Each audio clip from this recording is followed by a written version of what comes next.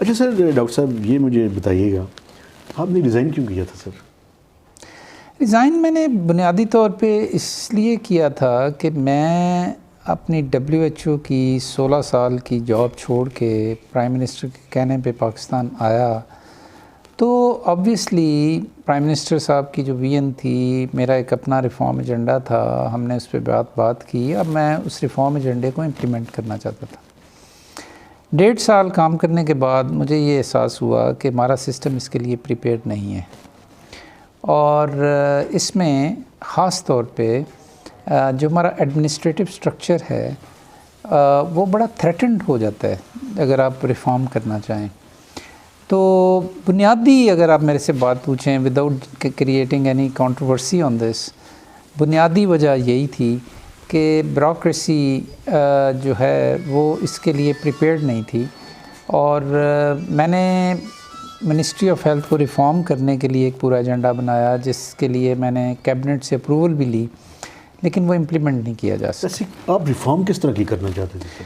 जी, मैं बुनियादी तौर पे ये जो सारी हमने बातें की हैं ये भी रिफ़ॉर्म एजेंडा का हिस्सा है, लेकिन बुनियादी तौर पे आप अगर एक फेडरल मिनिस्ट्री ऑफ हेल्थ है, और वो मैं चाहता था कि वो एक टेक्निकल मिनिस्ट्री बने। बिल्कुल सही है। अगर आपने आज तक पाकिस्तान में, और ये बात मैंने प्राइम मिनिस्टर साहब को कही थी, अगर पाकिस्तान में आज तक आपने मिनिस्ट्री ऑफ लॉ के अंदर किसी नॉन लॉयर को मिनिस्टर नहीं बनाया, किसी नॉन लॉयर को सेक्रेटरी लॉ नहीं बनाया, जी।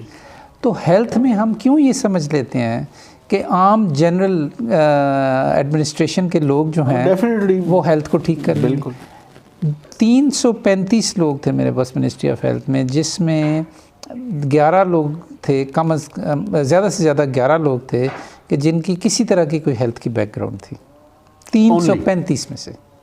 तो ये चीज़ें तब्दील करने की ज़रूरत है।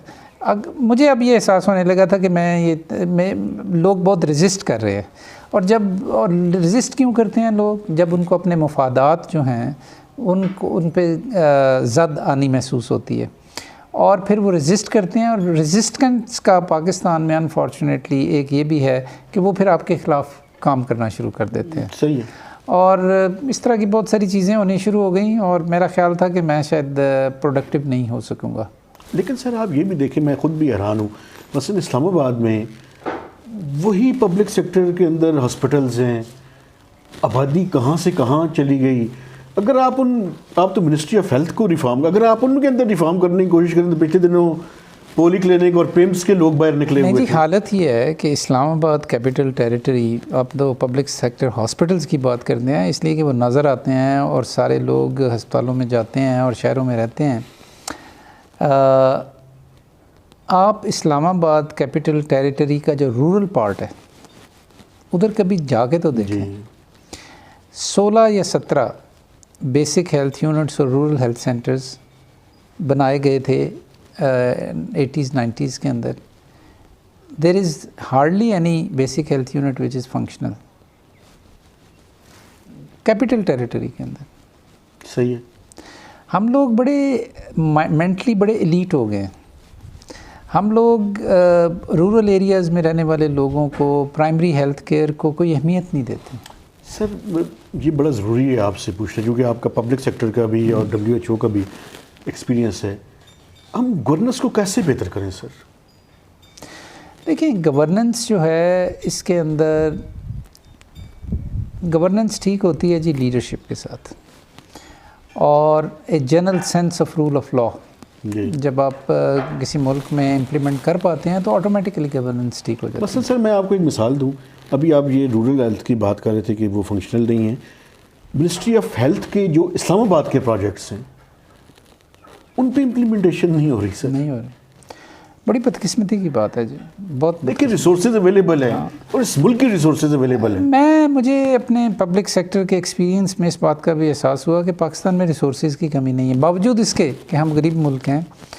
पब्लिक एक्सचेकर, मैं प्राइवेट सेक्टर की बात नहीं कर रहा, पब्लिक एक्सचेकर में इतने पैसे हैं कि अगर नीयत ठीक हो, गवर्नेंस ठीक कर ली जाए, इम्प्लीमेंटेशन मैकेनिज़्म ठीक कर लिया जाए तो बहुत बड़ी तब्दीलियाँ आ सकती हैं। बिल्कुल सही है। तो सर आप छोड़ के आजकल आप क्या कर रहे हैं?